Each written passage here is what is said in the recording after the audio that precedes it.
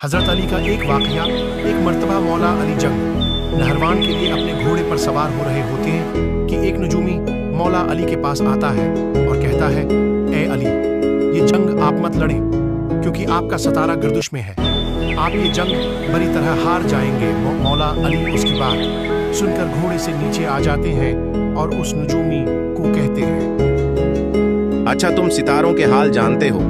उसने कहा, हाँ, मेरा काम यही है, मैं सितारों को देखकर इंसान का हाल बता सकता हूँ और आपका सितारा गर्दिश में है, उसी लिए आपको बताया कर आप ये जंग हार जाओगे। मौला अली ने उस नजूमी को कहा, अच्छा, वो सामने एक घोड़ी है जो पैट से है, बताओ उसके पैट में नर है या मादा है?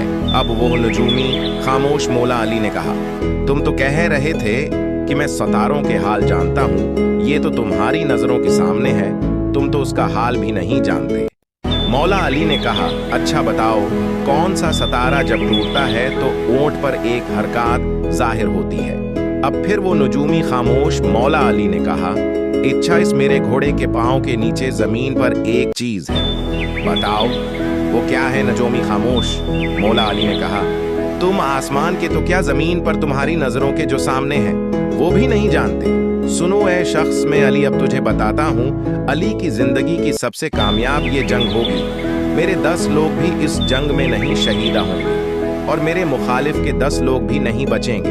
और फिर तारीख में लिखा है कि जंग नहरवान में मौला अली का कोई साथी भी शहीद नहीं हुआ था और मौला अली के मुखालिफ के सिर्फ 9 आदमी बचे थे।